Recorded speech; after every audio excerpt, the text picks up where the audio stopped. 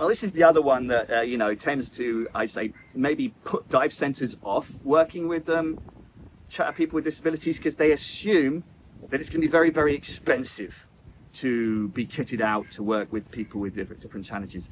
Now, if you're talking about, you know, building requirements and things, yeah, that can be the case. But in most cases, you don't actually have to run the training on site. Digital learning means that you can, you know, do the training anywhere if you've got a tablet or an iPhone or a laptop. Or, you know, if you actually think about what has to be done, it's just a logistical exercise. And again, interacting with the diver for knowing the requirements and accounting for different things like padding on the side of pools, using pools which don't have lots of steps to them.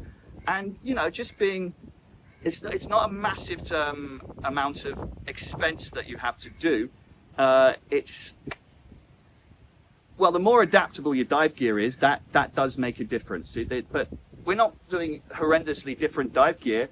I mean, in my dive bag, the only difference I've really got is that I've got gloves, webbed gloves, instead of foot fins. Actually, I've got less to carry. And yeah, say the more adaptable your dive gear can be, does make a difference. But it's exactly the same dive gear that everybody else is going to be using.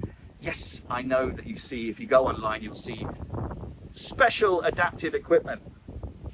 But whilst that can be good for things like wetsuits and exposure suits, for standard diving equipment, it doesn't really differ that much. So dive centers should not be closed to actually working with people with disabilities. They should actually just think, okay, what are we going to do? And, you know, get involved with programs like Classified Diver. In the PADI system, it's adaptive diving.